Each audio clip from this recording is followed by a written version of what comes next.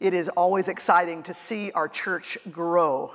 I've told you before that healthy churches, they grow deep. We grow deeper in our love for Jesus, and we want our lives to look more and more like Jesus. But healthy churches also grow wide. Healthy churches should be growing. So I'm happy to tell you that this past week we had 15 people, adults, and all the kids that belong to them join Grace Church. This is really a historic group because they may be the only group that were able to join Grace Church via Zoom. Here's a picture we took of this group of people as they were getting ready to meet with our elders and go into small groups and talk to them.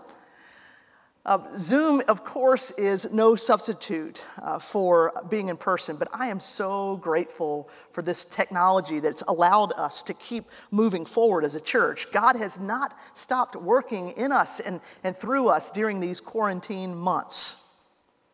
You know, this way of worshiping, as good as it is also no substitute for being together. As we've entered the yellow phase, I continue to get questions from you saying, when can we go back to Becca? And I'm with you. I can't wait until we can do that. I want you to know that we're hoping in the next days to give you a timeline of when we will be able to be back together. We're working with our staff and with our COVID response team and also with our session to take those steps. But here's one thing you can expect.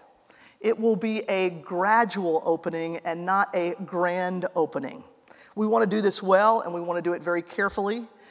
So we expect that there will be smaller numbers of worshipers that will be able to attend as we begin getting back to our full worship and our in-person gatherings. But I'm looking forward to those. You know, it's interesting. Our mission, though, has not stopped, even though life changed so radically in March. Like other years, our mission and our ministry just keeps going. So this month, we are in the middle of our summer food initiative. With COVID, the need to confront food insecurity is more important and such an important issue, more important than ever in the Valley and also really around the world. So in June, we are hoping to raise $10,000 to address food insecurity. $5,000 will go to our partner Bethlehem Emergency Shelter. This will provide food for our homeless population during the weekends, which has not been done in the past. $5,000 also we are hoping to raise for our global partners in Costa Rica. It's wonderful. They have a great reach to their community, and because of COVID, many jobs have been lost, so the need to feed has increased. And so our giving, our $5,000, will support 100 families that our partner churches will be able to reach out to and minister and serve. So we're hoping that we can raise $10,000 in the month of June. There's a slide that you'll see in front of you that says text food and gives you a number. So I hope you'll consider giving by text or going onto our website and helping us reach this very important goal. Well, today I'm wrapping up the Disrupted series. Really, we could have extended this series for many, many, many weeks. We could have extended it because, of course, we're experiencing an unprecedented season of disruption. But we also could have extended this series for many, many weeks because disruption is a part of God's story. But today we wrap up the series. And to begin the message today, I want to start with this really good theological work. And it will put an image in your mind as I read it. Humpty Dumpty sat on a wall. Humpty Dumpty had a great fall. All the king's horses and all the king's men couldn't put Humpty together again. Okay, what's the image? Go ahead and put it down in the chat, but I'm guessing I have a pretty good idea what image you came up with. You know, we don't know who wrote this poem, and it never mentions an egg. We can thank Lewis Carroll and his 1872 novel Through the Looking Glass for that image. So why do I call this good theology? Well, more than ever, it's so obvious how broken our world is, how broken our country is, how broken people are, how broken I am. You know, we are teetering on the edge between corona and quarantine and protests and tensions and disruptions and divisions. And that's just what's happening on the outside. The yoke, the heart is so full of its own brokenness and selfishness. It reminds me of an answer that the great G.K. Chesterton gave back in the early 1900s. The London Times was doing a story, and they asked several authors to answer the question, what's wrong with the world? And G.K. Chesterton gave a famous one-line answer, "Dear sir, I am yours, G.K. Chesterton." You know, a foundational part of the Christian faith and Christian theology is that you are Humpty Dumpty. You're a wreck, and you can't put it back together again. And no matter who tries and no matter how hard you try, you can't get yourself back together. You can't do it. And you aren't the only cracked egg. Our church and our city and our country and our world are a bunch of Humpty Dumptys. But Humpty Dumpty had nothing on the man who met Jesus on the shore of the Sea of Galilee. Pay attention and listen for his cracks. They sailed to the region of the Gerasenes, which is across the lake from Galilee. When Jesus stepped ashore, he was met by a demon-possessed man from the town. For a long time, this man had not worn clothes or lived in a house, but had lived in the tombs. When he saw Jesus, he cried out and fell at his feet, shouting at the top of his voice, "What do you want with me, Jesus, Son of the Most High God? I beg you, don't torture me." For Jesus had commanded the impure spirit to come out of the man. Many times it had seized him, and though he was chained hand and foot and kept under guard, he had broken his chains and had been driven by the demon into solitary places.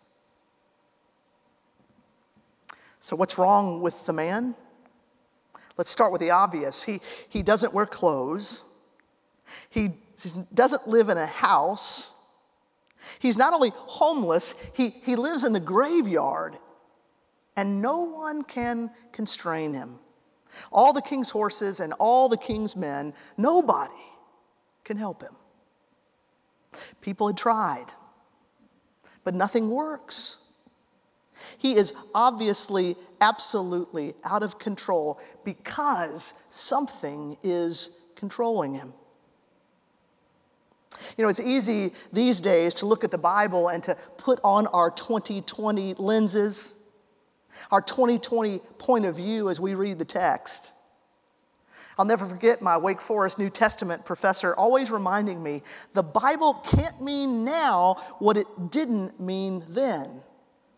Good biblical principle. You know, it's so easy to think that we are smarter than the Bible because we have more information and we know more science. So when Luke describes this man as a demoniac, wasn't that really mental illness? Well, it's a good question. It's worth asking. But it's interesting, there are many miracles where Jesus heals people of all kinds of illnesses. So the Bible at least distinguishes between illnesses and evil. We weren't there, but whatever it was that controlled this man, it was different. It was evil. And you know, that's not a stretch for me. We know evil. We've seen it. But it's not only a stretch for me to see what's wrong with this man, it's also not a stretch for me to see what's wrong with me. Here's how Tim Keller makes the comparison. He says, look at your own lives individually. You don't have to be demon-possessed to understand this. Look at yourselves. You know you're out of control. You have habits you can't fix. You're driven in ways you don't know what to do with. There are things that scare you. You know, there are consequences of this evil outside the man and outside of us, and inside the man and inside of us. First, evil hurts.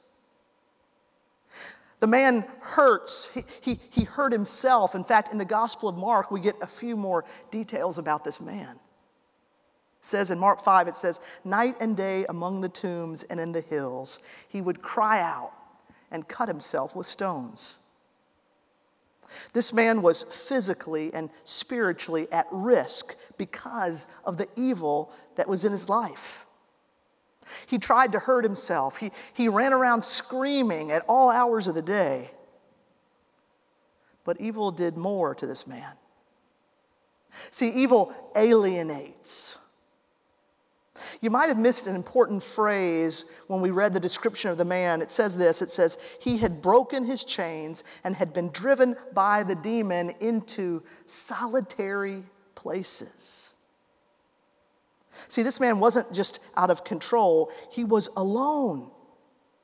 The evil had taken him to a place where he had no one around him. That phrase, solitary place, could mean desolate or wilderness. Evil had led him to isolation. If you've never felt isolated before, nowadays you have a little understanding. We've all been isolated these last few months from community that we long to be with. And the effects are huge. We're not meant to be alone. God made us to be connected. From the very beginning, when God made Adam, God said, it is not good for a man to be alone. You know, there are lots of studies coming out now about the psychological impacts on quarantine. It affects us when we are going through this, when we're separated. There are psychological effects. But there are also spiritual effects. See, God meant us to be together. He meant us to stay connected. You know, you can get isolated for so many reasons, but you need people in your life. People who can help you and people who can comfort you. People who can tell you the truth and people who can call you to be your best. But no matter how people get isolated, it simply isn't good. This man had no one, and that evil kept eroding his life. See, evil also separates. The evil in his life separated this man from other people. He had things to bring to the table. He had a family. He was a son. Maybe he was a dad or a brother. This man had gifts that were missing from the community because the evil separated people. He was in the tombs, and everyone else was in town. But then Jesus comes into the picture. You may have seen this week in the news that a decade-long treasure hunt ended. A New Mexico millionaire named Forrest Fenn told the world that he had hid this bronze chest in the Rockies in 2010. And the only clues to this $2 million treasure were in a very cryptic 24-line poem written by Fenn himself. Here are the few of the lines. Begin it where warm waters halt, and take it in the canyon down, not far but too far to walk, put in below the home of Brown. Pretty cryptic. For the last 10 years, people have been scouring 5 states to find this treasure. People gave up their jobs. People emptied their bank accounts. It's said that up to 5 people actually lost their lives searching for this treasure. This past weekend, Fenn told his local paper that a man from the eastern United States had found the treasure, and that his clues had led this man exactly to the right spot. But it turns out that getting the treasure is not all celebration. There's a lot of trouble with this haul.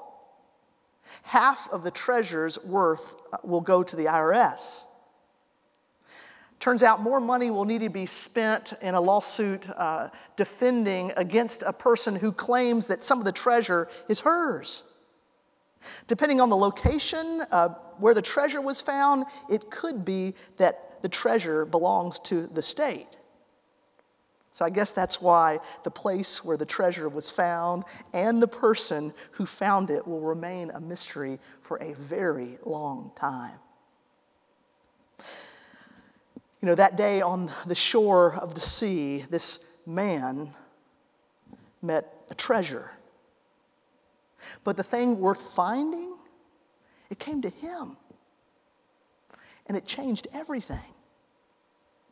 Before the treasure and after the treasure. Before Jesus and after Jesus couldn't be more different. Jesus asked the man, "What is your name?" "Legion," he replied, because many demons had gone into him. And they begged Jesus repeatedly not to order them to go into the abyss. A large herd of pigs was feeding there on the hillside. The demons begged Jesus to let them go into the pigs, and Jesus gave them permission. When the demons came out of the man, they went into the pigs, and the herd rushed down the steep bank into the lake and was drowned. When those tending the pigs saw what had happened, they ran off and reported this in the town and countryside, and the people went out to see what had happened.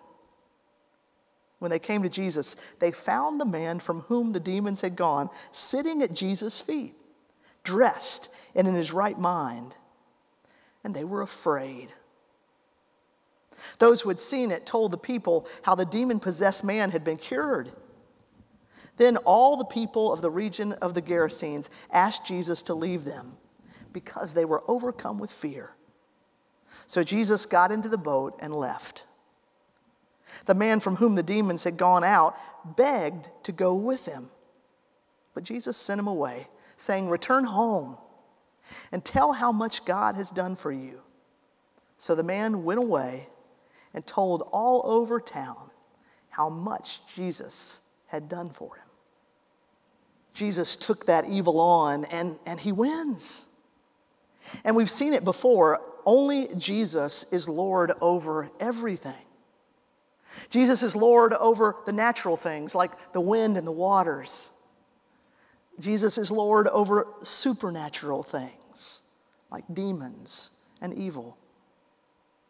Jesus is Lord over you, over all the good stuff in your life, but also all the really difficult, rough stuff in your life. But the evil, it was no match for Jesus.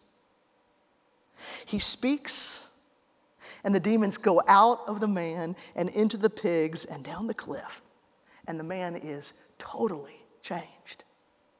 He was possessed, naked, out of control without Jesus. And now he's healed, clothed, and in his right mind with Jesus. See, evil hurts, but Jesus heals. No one can believe what they're seeing. Jesus is in the business of getting people back together. He was in his right mind, and this man was sitting at Jesus' feet. I mean, the difference couldn't have been more dramatic. The man went from screaming at Jesus to sitting with Jesus. He's healed. He's in his right mind, but that's not all.